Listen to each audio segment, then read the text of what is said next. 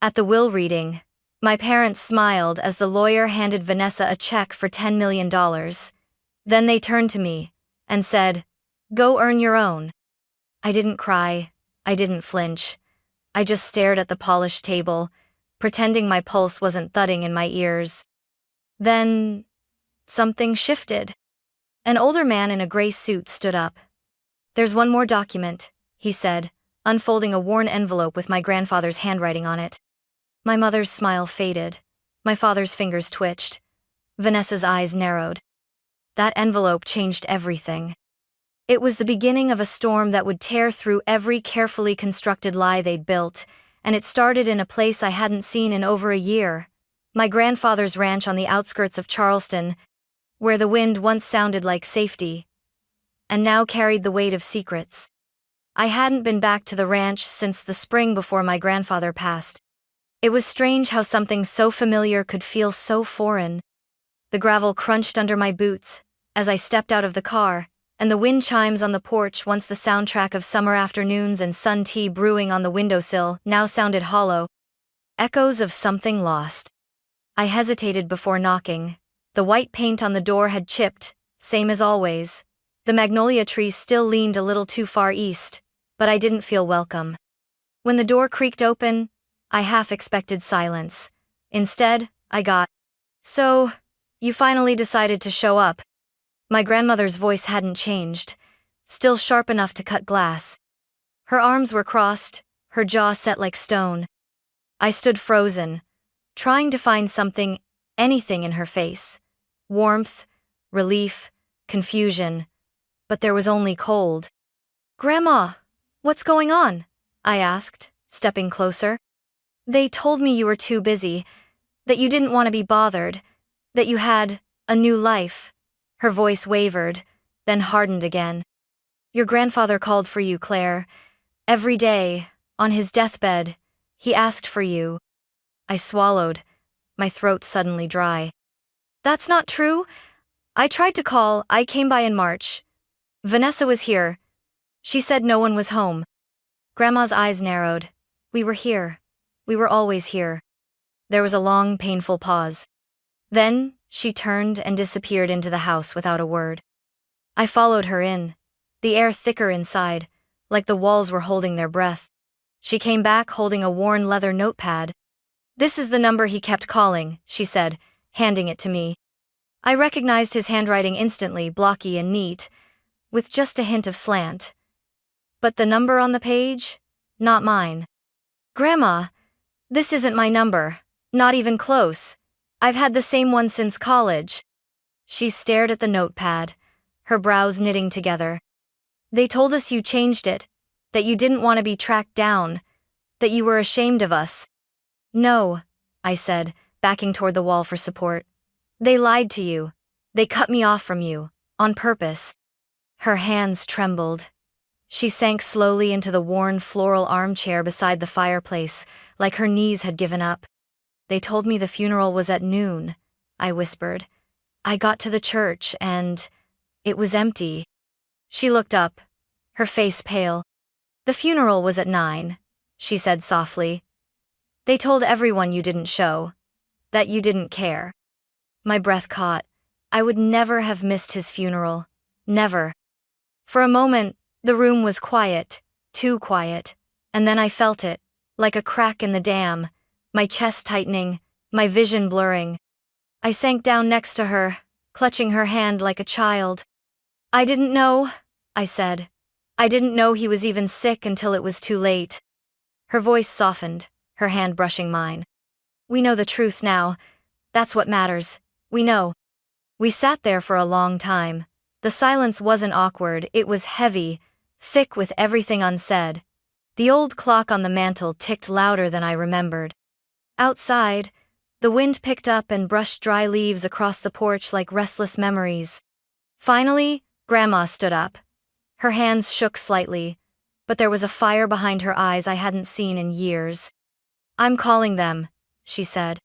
"Calling who?" She didn't answer at first. She went to the old rotary phone on the kitchen wall, the one Grandpa refused to replace, and began dialing.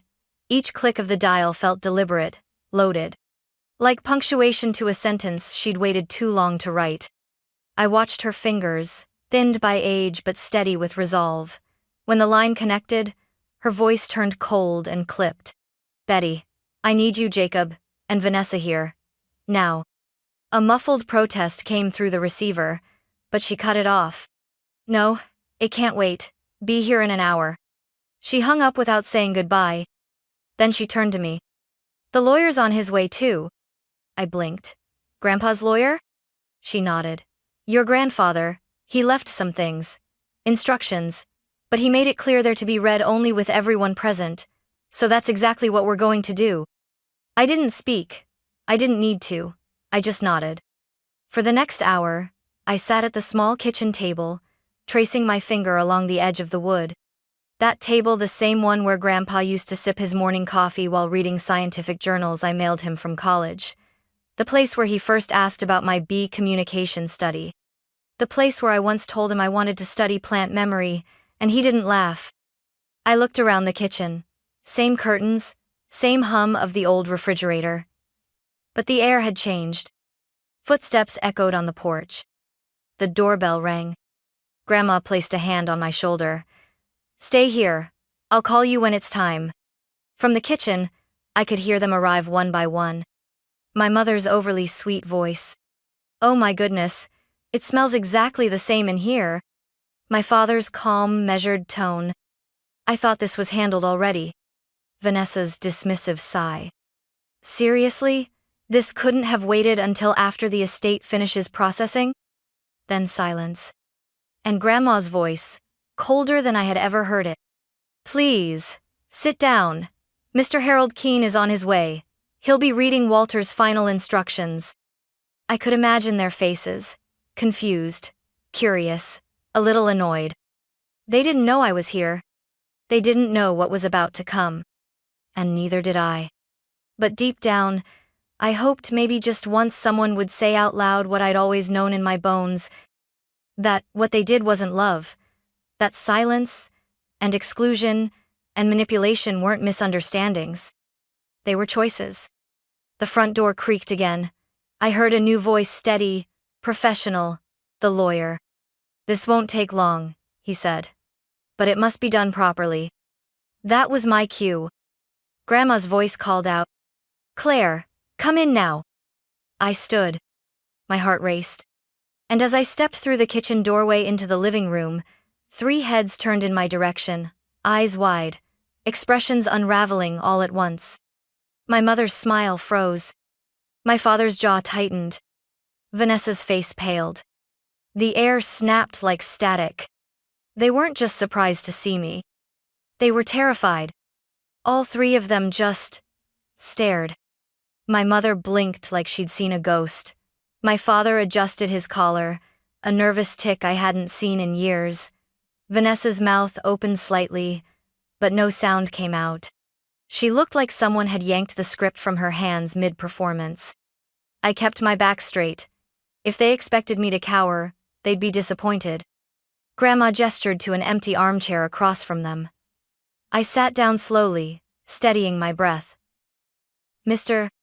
Keene, the lawyer, gave me a quick nod, polite but unreadable, then opened his leather briefcase and pulled out a thick manila envelope.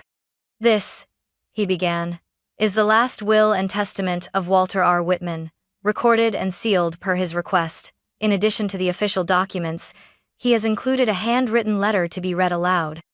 No one spoke. He cleared his throat and began. To my wife, Margaret Whitman. Grandma didn't even blink. I leave our family ranch, the house, and sufficient funds for her comfort and care. She knows how to find the rest. Then he turned the page. To my granddaughter, Claire Whitman. The room tightened. I felt it. I leave the Whitman Research Annex located at 317 Laurel Creek Road, Charleston, including all laboratory equipment, funding accounts, active research patents, and intellectual property currently filed under Whitman Innovation. A gasp, not mine. My mother's eyes darted to Vanessa. I kept my hands folded. Mr. Keene continued.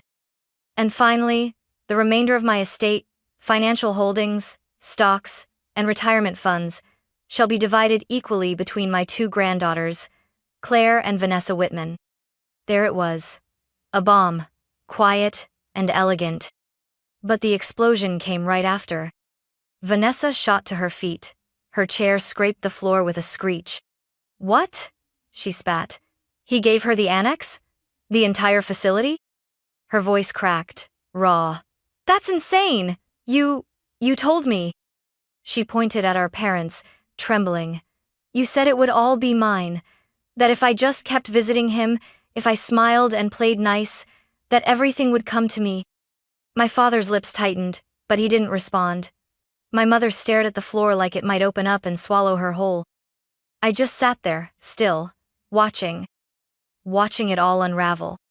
Mr. Keene raised one hand calmly. "There is more." Mr. Whitman also wrote a personal letter to Claire, which he requested be read aloud in this room, in front of the family. Vanessa let out a bitter laugh, but no one joined her. Grandma handed him a folded letter from the drawer next to her. "He wrote this the week before he died," she said. "He made me promise." The lawyer unfolded it slowly, careful not to tear the creased paper. Grandpa's handwriting, broad, confident, filled the page. "To my dearest Claire," Mr. Keene began reading.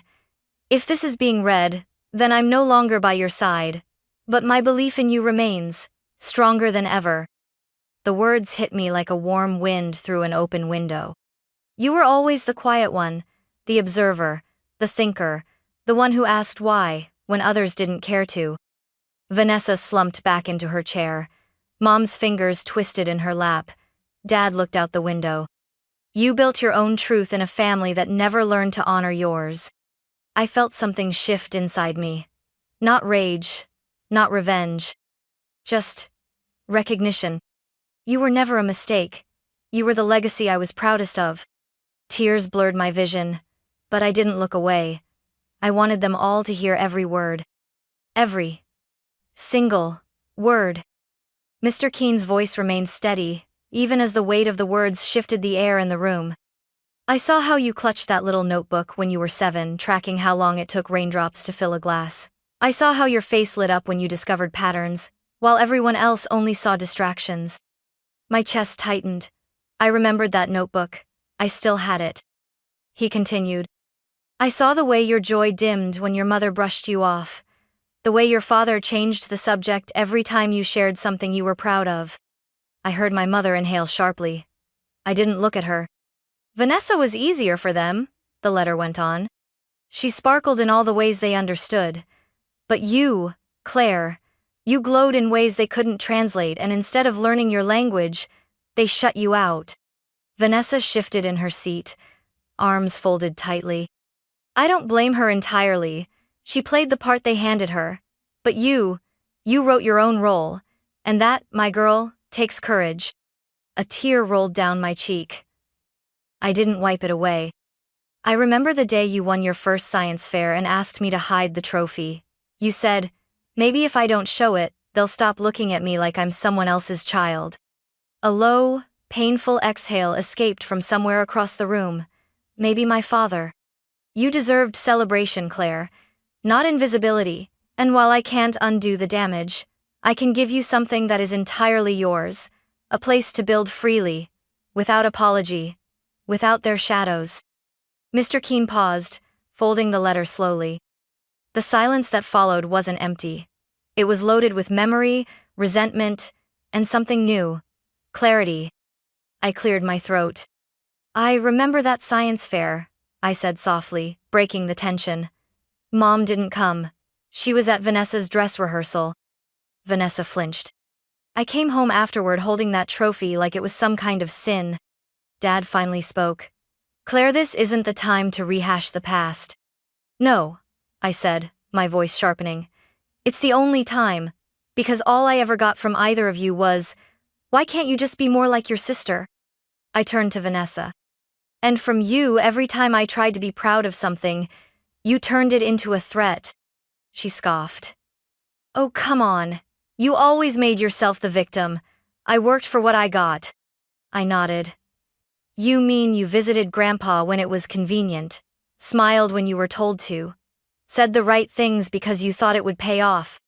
Vanessa's expression hardened. And what, you think you're so pure? You disappeared for years. No, I snapped. I was cut off. You told Grandma I didn't want to see her. You gave Grandpa a fake number and made sure I never got his messages. That's not distance, that's erasure. My mother stood up abruptly. Enough. Claire, you're twisting everything. This family has been through a lot. This family, Grandma cut in sharply, has been living a lie. And I let it happen far too long. Mom turned to her, stunned. Mother. Don't, Grandma said. I watched you all turn a blind eye to Claire's pain. I believed you when you said she didn't care. I should have known better. My father shifted uncomfortably in his seat. Look, Claire got her education, her lab camps, her travel. That wasn't free. No, I said. It wasn't, but you didn't pay for any of it. Grandpa did. Every single cent. The scholarships he found for me, the flights, the journals. You didn't even know where I went half the time. My voice cracked. You made me feel like a burden. He made me feel seen. Vanessa stood up. This is ridiculous. I was told I'd get everything. I was the one who stayed. I was the good daughter. No, I said calmly. You were the performer. The chosen. I was the hidden one. But Grandpa didn't forget me. And now, you don't get to erase me anymore. Vanessa's face twisted. Why should you get anything? Just because you're a sad little genius with a lab coat? I smiled, just slightly. No. I get something because I earned his love honestly. And that's the one thing you never understood, love isn't a performance. Then, Grandma stood. She walked to the center of the room. Slow but unshaken. I regret that Walter left you anything, she said, looking directly at Vanessa. You may have played the role, but it was never love. It was a transaction, and I'm ashamed I didn't see it sooner. She turned to all of them. Leave. You're not welcome here. My mother gasped. Mon plie. Out, Grandma said again. Now. They didn't move at first. Then Vanessa grabbed her bag and stormed out, heels hitting the wood like gunshots. My parents followed, stunned and muttering about legal challenges. And for the first time in my life, they couldn't take anything with them. The door clicked shut behind them. No slamming, just finality. I stood there for a moment, rooted in place, unsure what to feel. The room was quiet now, not tense, not explosive, just free. Grandma walked past me and sat down slowly on the sofa. Her hands, which had trembled moments earlier, now rested calmly in her lap. They'll come back, I said, my voice barely above a whisper. They always do. Maybe, she replied. But this time we don't have to let them in. It took a while for that to sink in. For so long, I had operated on a silent contract. If I proved myself enough, if I achieved enough, if I stayed useful, maybe I would be seen. Maybe they would call me daughter, sister, family without flinching. But standing in that room, with the echo of my grandfather's words still hanging in the air, I realized something painfully simple. I had been trying to earn love from people who never had any to give. And Grandpa? He'd seen that long before I did. I think I need air, I said. Grandma nodded, and I stepped outside onto the back porch. The boards creaked under my feet, a sound that once meant home. Now it meant change. The magnolia trees were still blooming in the corner yard. Beyond the fence, the same red dirt field where Grandpa once let me build my first greenhouse kit had collapsed after 2 weeks, but he called it a perfect disaster, and we'd laughed about it for years. I thought of that girl 10 years old, knees dirty, eyes bright, and I wondered how long she had been buried under expectations, not her own.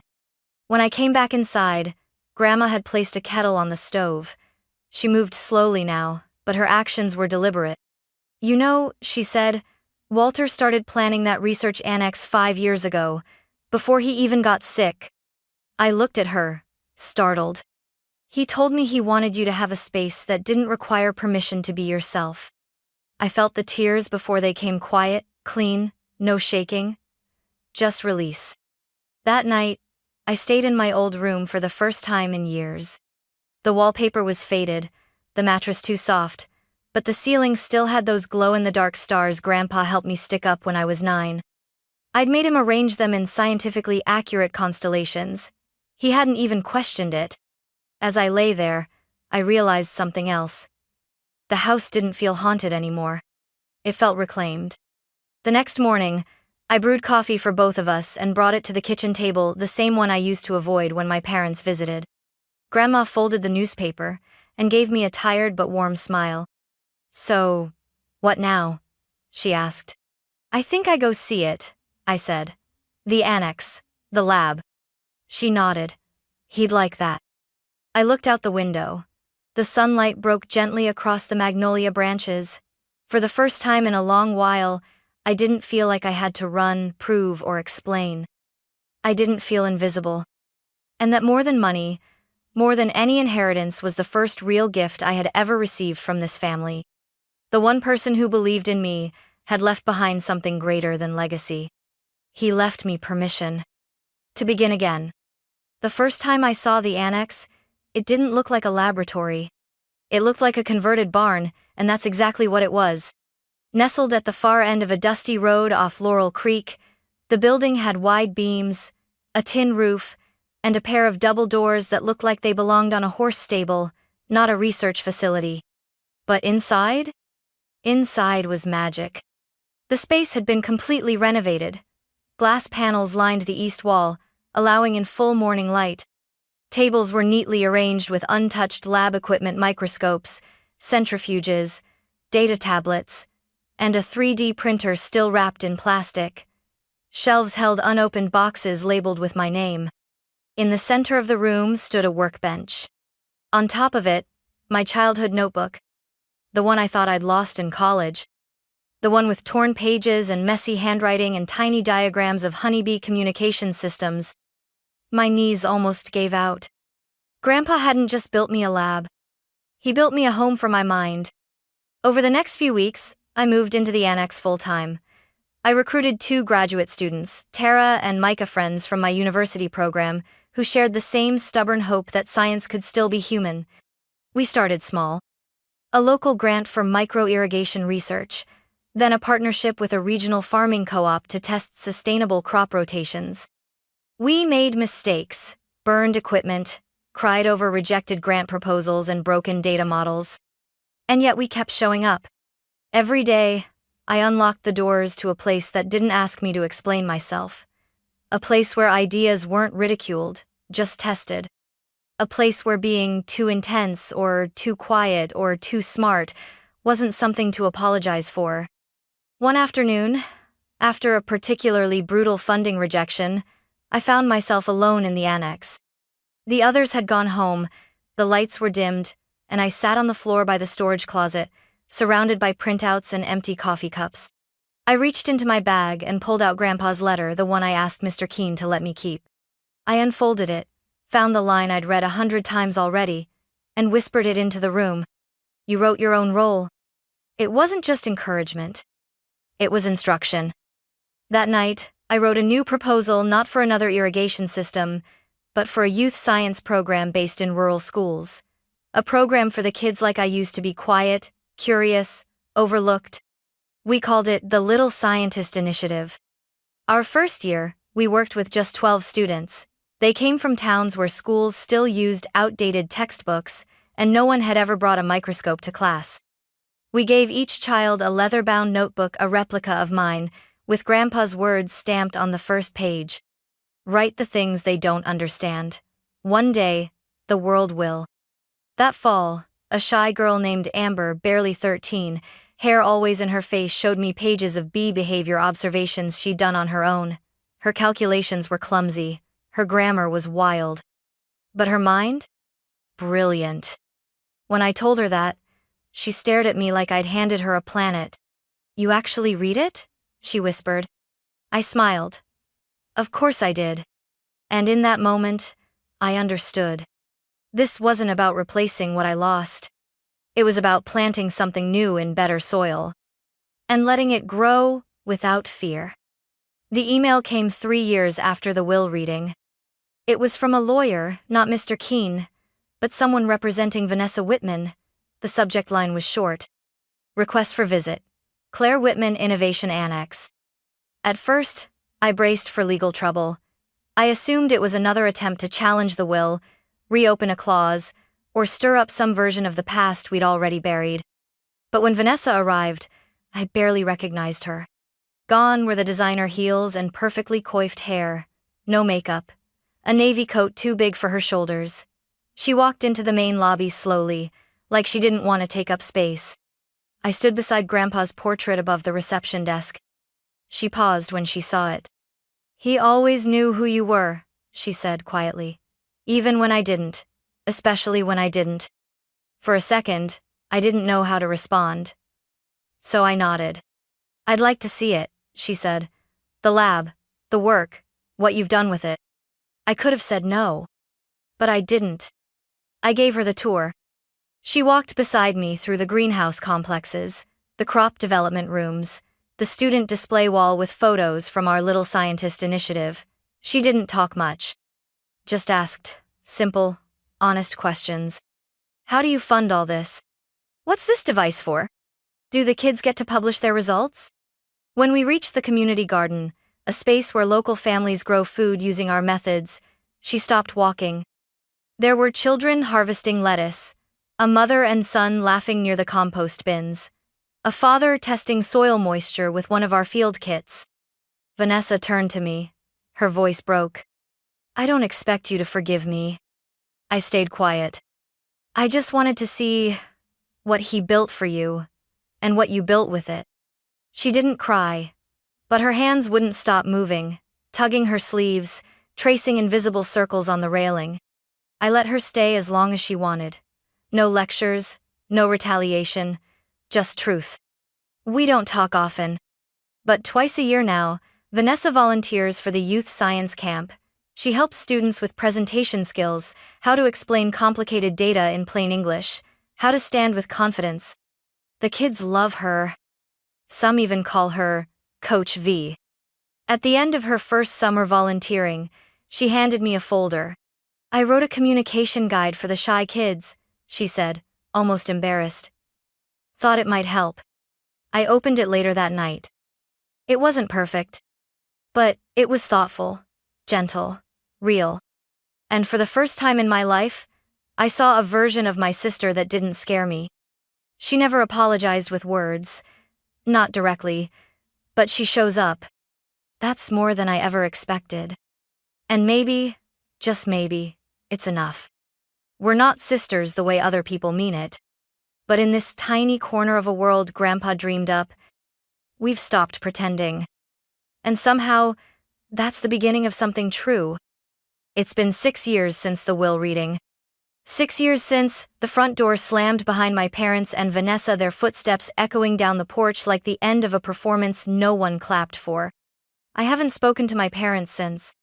Sometimes their names appear in emails I don't open, in charity press releases or financial articles from Florida, where they retired early. I don't hate them, but I don't miss them either. What I do think about is the work. The annex has grown into something beyond my imagination. What started as one converted barn is now a full research campus, 4 labs, 3 greenhouses, and over 60 acres of trial fields. We've developed drought-resistant seed varieties that now feed thousands in parts of the South where traditional crops fail. We've partnered with universities from Kenya to Brazil to share findings in regenerative agriculture. And just last month, I stood on a stage in San Francisco, accepting a national grant for climate innovation.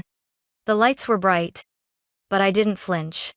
I wore a navy blue suit, and Grandpa's pocket watch tucked inside the breast pocket, the one Grandma gave me last year, with his initials barely faded. Inside the lid? A tiny photo of me age 10, standing proudly next to my honeybee communication display, grinning from ear to ear. He carried it with him every day, Grandma had said. Now, it sits on my desk at the annex, right where morning light hits it and casts small circles of brightness over my research notes. Some days, I talk to him. Not with words, Just in the quiet. When an experiment fails, when a kid from the program wins a scholarship, when I remember how close I came to believing I didn't matter. He never let me disappear, not really. And now I understand why. Legacy isn't a monument. It's a map. One built from choices, and kindness, and tiny anchors left behind for someone to follow when the world tries to erase them. These days, Grandma lives in a small apartment connected to my house in town. She's slower now, more forgetful, but still sharper than anyone else I know when it counts. We drink coffee every morning in the sunroom. She tells me stories about Grandpa I've never heard. How he once planted a tree just to propose. How he believed soil could remember kindness. How he always knew I would come back. And maybe he was right. Maybe I had to leave to understand what coming back would mean. Some evenings, I walked to the far end of the annex fields, past the solar irrigation test beds and the kids' garden plots, to the old wooden bench Grandpa built by hand. From there, I can see the stars, real ones, not the glow-in-the-dark kind I stuck on my bedroom ceiling. But they still make me think of that girl I once was. The one who kept asking why, even when no one cared to answer. The one who refused to be quiet. The one he believed in. And on nights like that, when the wind moves just right through the trees, I swear I can hear his voice in the leaves. Write the things they don't understand. One day, the world will. And now, finally it does.